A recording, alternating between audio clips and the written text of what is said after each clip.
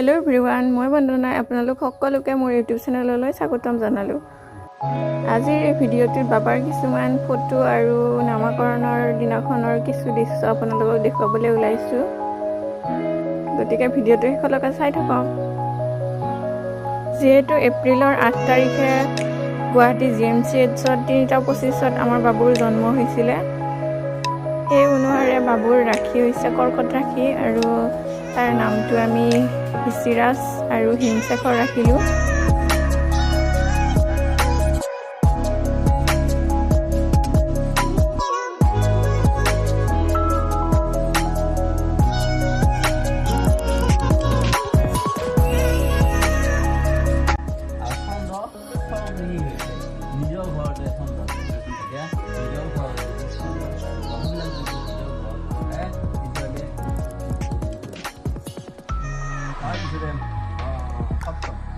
বাবাৰ আখৰাখনৰ বিষয়ে ধুনীয়াকৈ দেউজনে বুজাই আছিলে।